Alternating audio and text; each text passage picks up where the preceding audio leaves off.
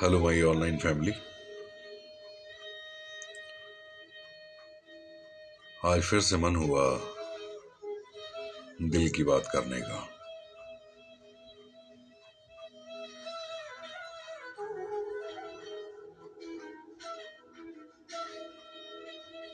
कई बार हमारे मन में आता होगा, जितने भी स्पेशल चाइल्ड्स होते हैं, जिनके भी घर में वो पैदा होते हैं, उनके मन में ना जाने कितनी कितनी बातें आती होंगी।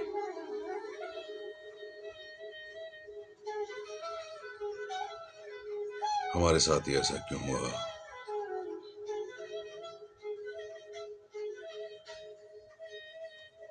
आखिर हमारा क्या कसूर था? आखिर इस जीव का क्या कसूर था?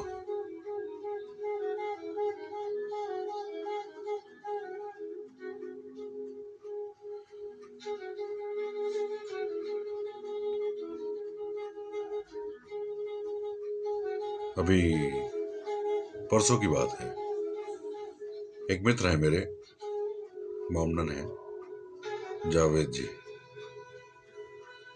घर पर आए और कहीं उनसे वार्ता हुई, बातचीत चली किसी विषय पर, और वो विषय जो है धीरे धीरे आध्यात्म की तरफ कहीं वो चल पड़ी। वो बात,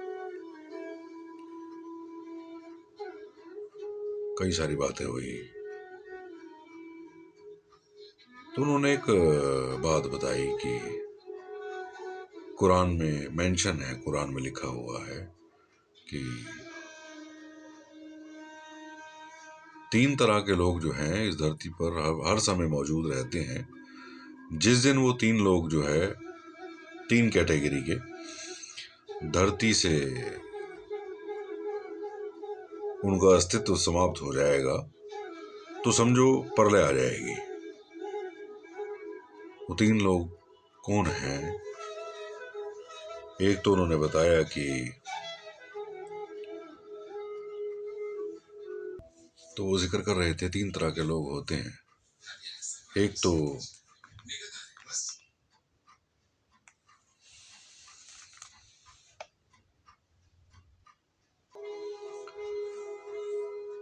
सूफी, एक मस्त और एक गौश, GOSH। ये 3 तरह के लोग होते हैं। सूफी वर्ड भी कोई बता रहे थे कि इसकी जगह कुछ और शब्द है, एग्जैक्ट वर्ड उनको ध्यान नहीं आ रहा था। 3 तरह के लोग उन्होंने बताए कि 3 तरह के लोग होते हैं जो धरती पे हर समय मौजूद होते हैं और अल्लाह की इबादत करते रहते हैं।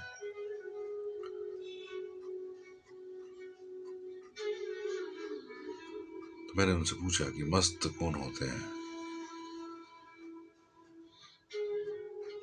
कहने लगे कि जो कहीं बोल सुन नहीं पाते, कहीं चल नहीं पाते, कहीं बोलते हैं तो मुंह से लार टपकती है। एक ऐसे ही मस्त की कहानी उन्होंने मुझे बताई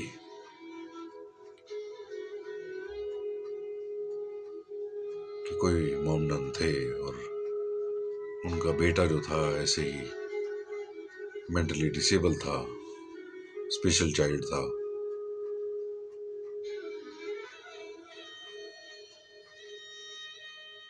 ईद का दिन था,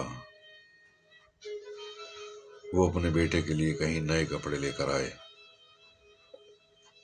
और कहने लगे कि मैं नमाज पढ़कर आता हूँ, उस बच्चे को जो है नए कपड़े पहना दिए। वापस आते हैं तो क्या देखते हैं, उस बच्चे ने ना वो सारे के सारे कपड़ों को बिल्कुल तार तार कर रखा है, फाड़ रखे हैं सारे कपड़े।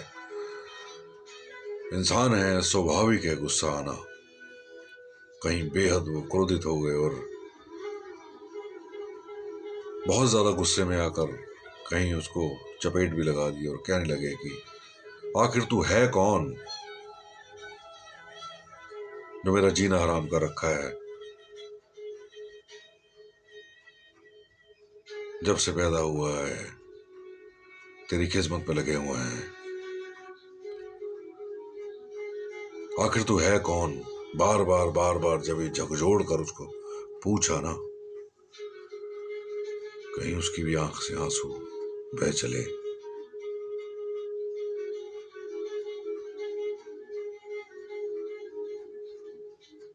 गंभीर होकर वो बोला अपने पिता को,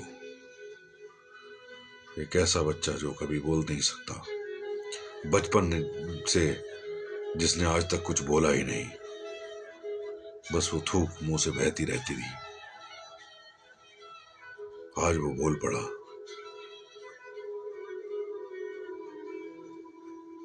पापा मैं बताता हूं मैं कौन हूं। अब वो इतनी बात सुनकर जो थे उसके फादर वो बेहोश हो गए कि जो बचपन से बोला नहीं आज कैसे वो बोल पड़ा। कुछ देर बाद होश आया और फिर बच्चे ने बोला,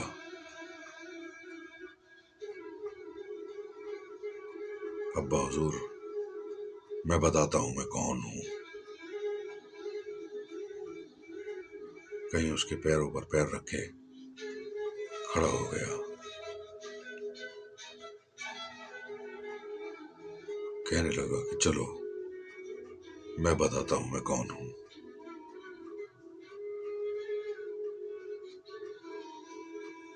एक आसमान पार हुआ, दूसरा आसमान पार हुआ, तीसरा चौथे आसमान में जाकर कहीं देखते हैं वो बहुत बड़ा एक सिंहासन लगा हुआ है, बहुत बड़ा राजमहल सा है। सारे खुशामदीद कर रहे हैं उस बेटे को, वो जो मेंटली डिसेबल है, जो अपने फादर को लेके आया है। वो देखते हैं कि पूरा का पूरा महल जो है उसके बेटे का है, जिसके साथ वो आया है। एक सिंहासन लगा हुआ है। वो अपने पिता को बोलते हैं कि बैठो इस सिंहासन पर, मैं बताता हूं मैं कौन हूं।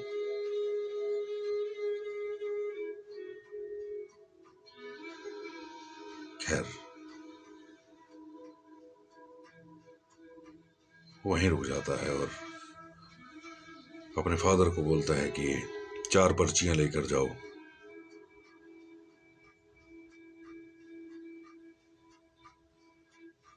एक पर्ची वहां देते हैं, वहां से बाहर निकलते हैं, एक आसमान पार करके तीसरे आसमान पे आता है वो पिता। एक पर्ची वहां पकड़ा देता है, तीसरे से दूसरे आसमान तक, दूसरे से पहले आसमान पर, और वो धरती पर आ जाता है।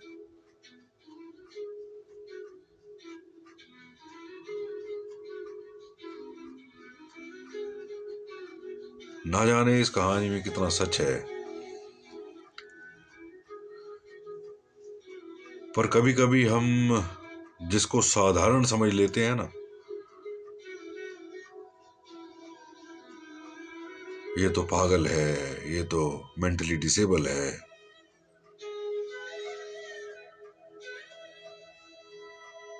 हमें नहीं मालूम कि वो परमात्मा के कितने करीब है।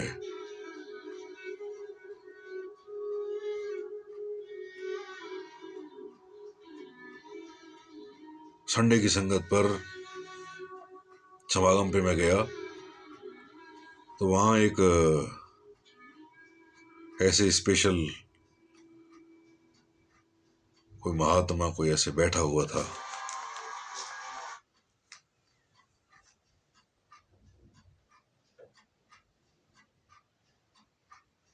तो वो डिस्ट्रैक्ट भी कर रहा था सबको। एक महात्मा बार बार बार बार वो उसको रोकने का प्रयास कर रहे थे, मेरे से साथ में बैठे हुए थे। मैंने उनको धीरे से बोला, अनायासी, तब तक ये कहानी मैंने सुनी नहीं थी।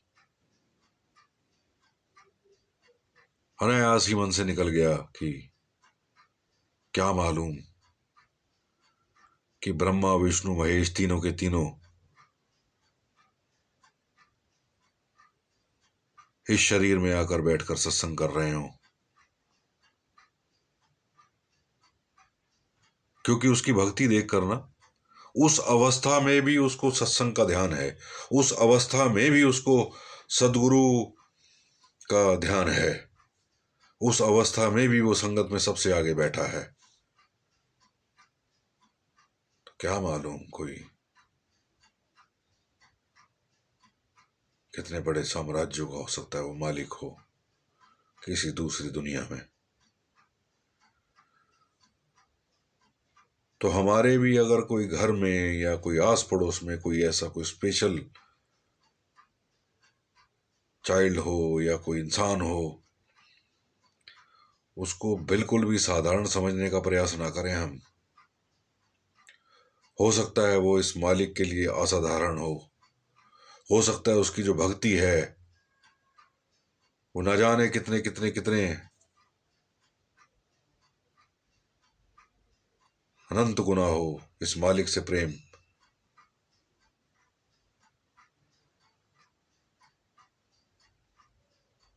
समागम पर भी हम देखते हैं कि सदगुरु बाबा हरदेव सिंह जी महाराज, सविंदर माता जी और आज सुदीक्षा माता जी, जो ये डिसेबल्ड होते हैं, इनका कितना ध्यान रखते हैं, एक एक चीज का स्वयं ध्यान रखते हैं। मैंने तो देखा है ना, स्वयं उनका ध्यान रखते हैं, उनके खाने पीने का प्रबंध, उनका वॉशरूम का, उनका सोने का, उनका बिस्तर का, एक एक चीज का ध्यान रखा जाता है। तो ये भी कहानी से ये लिंक है, कहीं ना कहीं संकेत है। वक्त का पैगंबर, समय का सदगुरु भी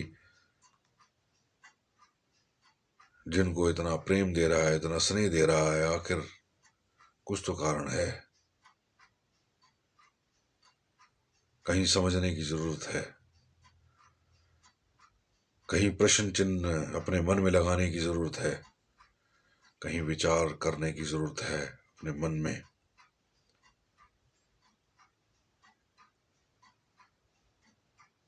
कि हम बिल्कुल भी साधारण उसमें ना ले लें इन जीवों को। हो सकता है कहीं परमात्मा के लिए बहुत स्पेशल हो ये, इन्हीं के कारण धरती टिकी हो, इन्हीं की दुआओं के कारण धरती हमारी टिकी हो।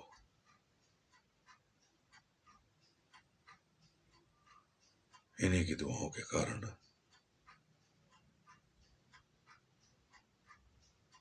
तो जो भी इसको देख रहा है वीडियो को, सबके चरणों में हाथ जोड़कर एक करबद्ध प्रार्थना है कि आपके सर्कल में, आपके आस पड़ोस में, आपकी जान पहचान में अगर कोई ऐसा फिजिकली चैलेंज कोई इंसान आपको दिखता है, तो हृदय में सहानुभूति रखिए। हो सके तो उसकी आशीष लीजिए, उसकी दुआ लीजिए। ना जाने उसकी दुआ क्या दे जाए, जो हजारों लाखों रुपए के भंडारे, लंगर, पर्चियां कहीं धर्म स्थानों पर, कहीं तीर्थ यात्राओं पर खर्च करके भी ना मिल पाए, वो उस एक आशीर्वाद से ना जाने वो क्या से क्या मिल जाए। बस यही मन के भाव थे,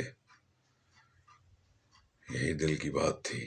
थोड़ा ही सीरियस सा भी हो गया मैं बात बोलते हुए।